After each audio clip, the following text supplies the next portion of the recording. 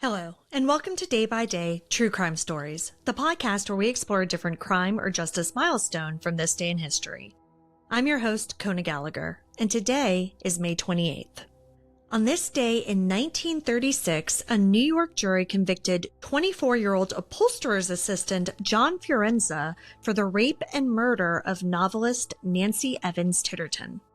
The case shocked the nation, not only because of its brutality, but also for the groundbreaking forensic work that helped solve it.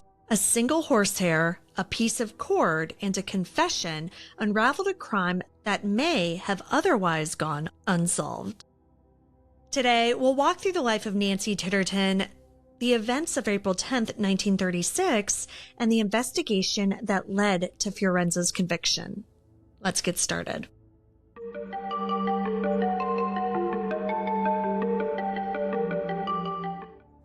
Nancy Titterton was everything that people imagined a successful writer in the 1930s to be. She was sharp, sophisticated, and quietly commanding.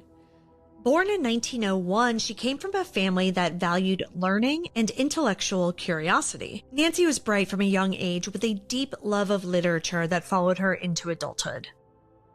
By the early 1920s, Nancy had turned her passion into a career. She began to build a name for herself in literary circles, working as both a writer and editor for major publishing houses before eventually landing a coveted position at Doubleday, Dorn & Company. Her 1933 novel Strange Paradise earned positive reviews and showcased her gift for character-driven storytelling. Nancy wasn't just a writer, though. She was part of the literary fabric of New York City. She wrote critical essays, edited the work of other authors, and moved through the cultural salons of the era. She had that rare ability to make her mark without needing to be in the spotlight. In 1929, she married Louis Titterton, a prominent executive at NBC Radio. The two made an elegant pair. They were both intelligent and respected in their respective industries. They lived on Beekman Place, a picturesque stretch of Manhattan overlooking the East River, surrounded by other artists and intellectuals. By the spring of 1936, Nancy was 35 years old and she was thriving. She and Louis had a strong marriage and she was working on what was expected to be her next big novel. Her life, by all outward appearances, was full and fulfilling. But on a seemingly ordinary April morning, all of that changed. April 10th, 1936 was Good Friday. Nancy stayed home that day planning to write. Her husband, Louis, left early for work at NBC. Later that morning, Nancy made a phone call to a friend around 10 a.m. and confirmed a lunch date for later that day. But that would be the last time that anyone ever heard from her. Around noon, a delivery arrived. The Tittertons had sent a love seat out to be reupholstered, and the job was finished. Two men, shop owner Theodore Kruger and his assistant, 24-year-old John Fiorenza, were tasked with returning the piece. But what happened next was unexpected and devastating. Nancy was found later that afternoon, face down in the bathtub. She had been strangled with a length of cord and a robe sash. Her wrists were tied. Her undergarments had been forcibly removed, and the coroner would confirm that she'd been sexually assaulted. There were no signs of forced entry and no ransacked rooms. Whoever killed Nancy had known how to get in and out without causing a scene, and he'd taken his time. Detectives at the scene noted the cord used to tie Nancy's hand and neck. It was a coarse type of twine, which wasn't something that was typically found in a Fifth Avenue apartment. Then there was the single horsehair discovered on Nancy's bedspread. It wasn't from her clothing or from anything else in the home.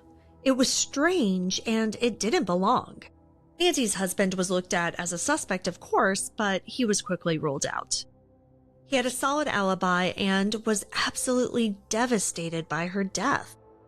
Investigators cast a wide net, interviewing friends, neighbors, and anyone who may have seen or heard something. But the tips were few and far between. What broke the case open wasn't a dramatic lead or a lucky tip. It was that horsehair and the twine. Detectives traced the unusual horsehair to the upholstery shop that had recently worked on the couple's love seat. The hair was similar to the material that was used to stuff the antique furniture. The cord matched twine used at the shop as well. When questioned, the shop's assistant, John Fiorenza, quickly drew attention. At first, he denied everything, but as police pressed him, cracks began to show.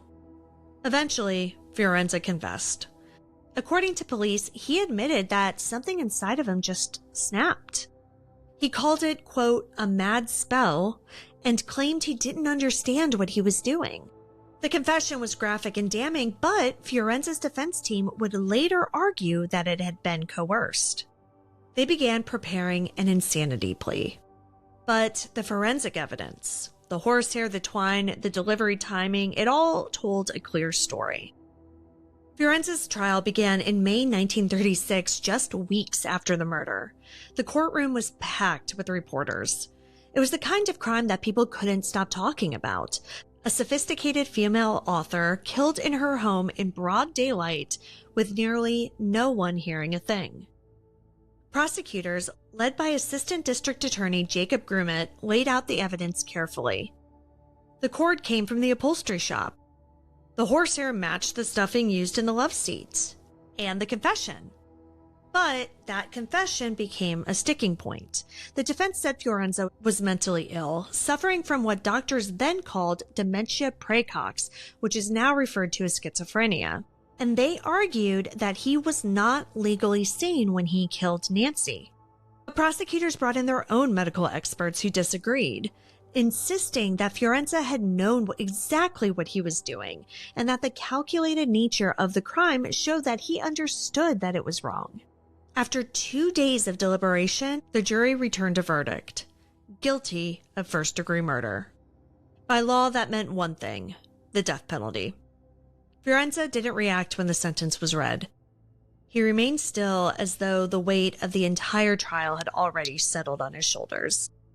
Fiorenza was transferred to Sing Sing prison, where he remained on death row until his execution on January 22, 1937, just 8 months after the murder. He refused a final meal. He had no last words. And when he was led to the electric chair, witnesses said that he walked calmly. For those who knew Nancy, her loss was immeasurable. She wasn't just a writer, she was a friend, a mentor, a wife, and a deeply respected figure in the world of literature and publishing. Her death robbed the world of more books, more ideas, and more stories that we'll never get to read. Her husband, Louis, never remarried. He continued working in radio for some time, but gradually stepped back from public life. Friends say that he was never quite the same. Even now, almost 90 years later, Nancy Titterton's story is remembered not just because of the brutality of her murder, but because it marked a moment when forensic science proved its power. And because behind the headlines was a woman of grace, intellect, and promise, whose story deserves to be told. Thank you for joining me on today's episode of Day by Day True Crime Stories. If you found Nancy's story compelling, please subscribe, rate, and review this podcast. It'll help us grow. And be sure to join me again tomorrow as we explore another significant event in true crime history.